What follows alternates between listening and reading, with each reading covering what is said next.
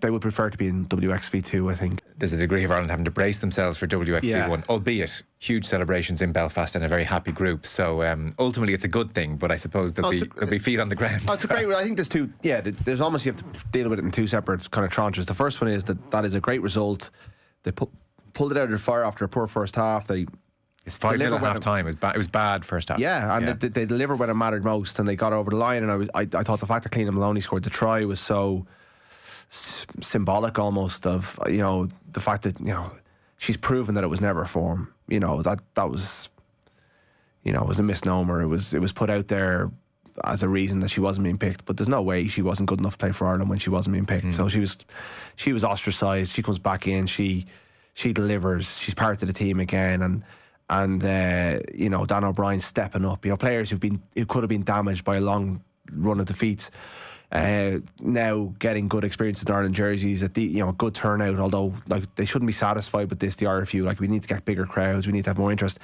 And then you have the secondary issue of the fact that they've done so well that they've gotten to a competition they're not able for.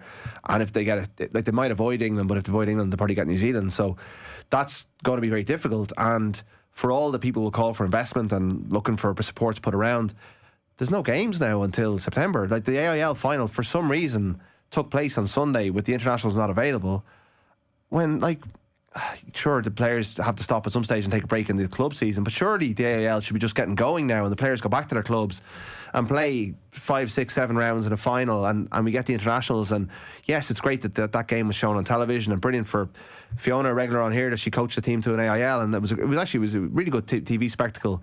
But it would have been better if the internationals were available and playing and part of it.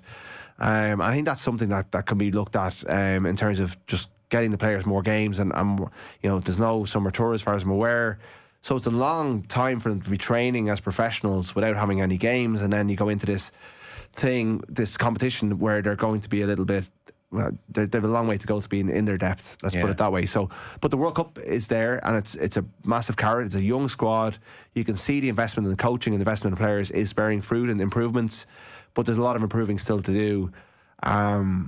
They would prefer to be in WXV2, I think, and in amongst their own level of teams, and with a possibility of winning that tournament, it would probably be a better step along their journey.